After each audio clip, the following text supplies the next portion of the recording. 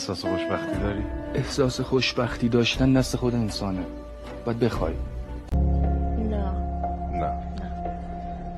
احساس خوشبختی داری؟ نه خیلی. دیگه به درد نمیخوره این دنیا. در دوره طلایی یونان باستان، فلاسفه آن دوران معتقد بودند که خوشبختی و زندگی خوب را میتوان با منطق و استدلال تعیین نمود. سقراط به شعاری معتقد بود که آن را بر دیوارهای معبد دلف یونان بنا نهادند. این شعار این بود که خودت را بشناس. از دیدگاه سقراط، خودشناسی کلید فهم خوبی هاست که افراد را مشتاق انجام فضایل انسانی می‌کند. افلاطون، شاگرد برجسته سقراط، خوشبختی یا شادکامی را در عشق ورزیدن به پدیده‌های زیبا و نیکو توصیف می‌کرد. اما ارسطو، شاگرد نامدار افلاطون، خوشبختی را در تعادل بین افراط‌ها و تفریط‌های زندگی می‌دانست که آن را قصد طلایی نامید. ارسطو واژه‌ای به نام ایودایمانیا را ابداع کرد که دقیقاً مفهوم بهزیستی روانی امروز را می‌دهد، که آن را محصول زندگی پرفضیلت می‌دانست، نه هدفی که دنبالش بگردیم. از دید ارسطو، فضیلت‌های پایه عبارت بودند از شجاعت، خلق نیکو و افتخار.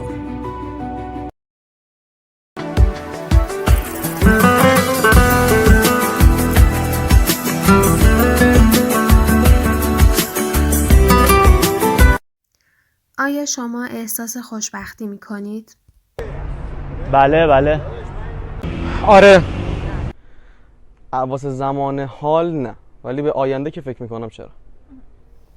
بسیاری از مذاهب نیز به نوعی خوشبختی و سعادت را محصول زندگی با فضیلت‌های توصیه شده آن مذهب می‌دانند که به این نوع تفکر از خوشبختی نظریه فضیلت محور شادکامی می‌گویند. اما فیلسوف بزرگ رومی لوسیوس آناوس سنکا احساس خوشبختی را در تغییر نگاه خود به انسان‌ها و پدیده‌های زندگی به همراه پذیرش واقعیت‌های آن می‌دانست. در یک کار میدانی از تیم پژوهشی ما در سطح شهر با نمونه‌گیری تصادفی از 30 نفر 90% افراد احساس خوشبختی می‌نمودند و 10% احساس خوشبختی نداشتند.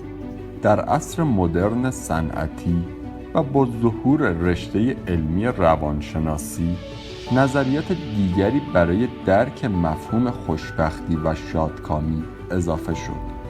مثلا نظریه عینی بهزیستی روانی به تجربه و ادراک رضایت از زندگی و تجارب هیجانات و احساسات مثبت اشاره داره.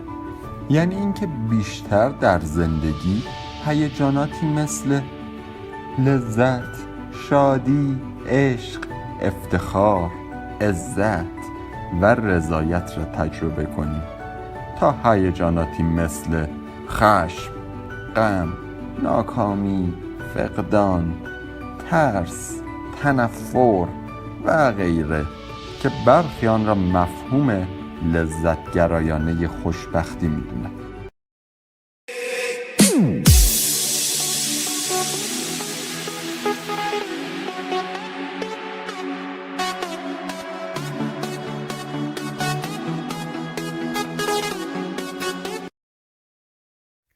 خوشبختی را در یک جمله تعریف کنید. بودن پدر مادر، داشتن کسی که بشه بهش تکیه کرد، مثل دوست، حالا شریک زندگی، و رفیق بودن با خودت رفیق باشی. حس خوشبختی دقیقاً توی لحظه‌ای که توی زندگی می‌کنی، یعنی همین الان آدم میتونه هر لحظه حس خوشبختی کنه. من تو هر لحظه‌ای که هستم حس خوشبختی میکنم. چیزی که ما رو خوشحال کنه بهش میگن خوشبختی دیگه. مثلا یه پول خفن بیاد دستت و اینا دیگه. برخی نظریه پردازان روانشناسی پست مدرن در نقد پراگماتیک و عملی خود از مدرنیته اظهار دارند. عصر صنعتی مدرن به دلیل کمیت‌گرایی و افزایش مصرف‌گرایی حرص را در انسان‌ها بیشتر کرده و شادی را کم نموده. وقتی ارزش قیمتی جایگزین ارزش احساسی شود، ما نمی توانیم از حداقل‌ها و تجارب ساده لذت ببریم.